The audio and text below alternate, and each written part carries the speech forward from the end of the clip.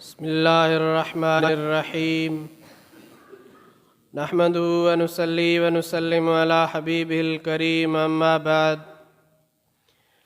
खलीफ़ो मियाँ उमैद अली रहमतुल्लाह अलैह नकुल बयान करे थो त दरगाह मुबारक ते हज़रत पीर साईं रोज़े धणी रदी अल्लाह ताला अन्हु जन जी ख़िदमत में हाज़िर हुयुमि। पाण जमायत के मसनवी शरीफ़ जो दर्स ॾेई रहा हुआ। दर्स जे दौरान हाजी ठारो फ़कीर आयो अची अर्ज़ कयईं त हज़रता खूह जो पाणी खुटी वियो आहे। कुछ फ़कीर इनायत कयो त हली खूह खोटीन। पाण जोश में अची फरमायाऊं अजब आहे तव्हांजे हाल ते।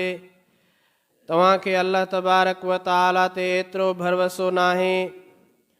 कुछ फ़कीर त खूह जो पाणी आणे सघनि था पर अल्लाह तबारक व ताला इहो नथो करे सघे।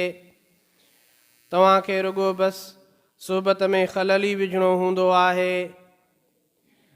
हज़रत पीर साईं जन जो अजब तसरुफ़ हो।